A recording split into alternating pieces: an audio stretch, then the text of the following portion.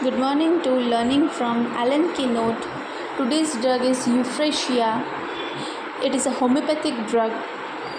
Its common name is eyebright, family Scrophulariaceae. Generals of EUPHRASIA is first point is ailment factor. It is also called as causative factor. Bad effects from falls, contusions, mechanical injuries of external parts of especially eyes and nose. Profuse acrid lacrimation with profuse bland coryza. Eye water all the time and are agglutinated in the morning, and the margin of the eyelids is red and swollen and burning because in EUPHRASIA there is profuse acrid lacrimation, that is eye discharge.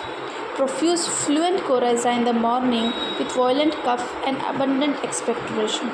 Aggravation is from exposure to warm south winds. Patient attempt to clear the throat of an offensive mucus in the morning and patient feels gagging. Patient vomits until the breakfast is just eaten.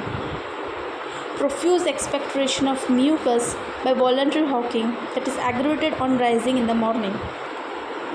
EUPHRASIA has peculiar female complaints like females suffer from amenorrhea with catarrhal symptoms of eyes and nose, or sometimes there is profuse acrid lacrimation with amenorrhea.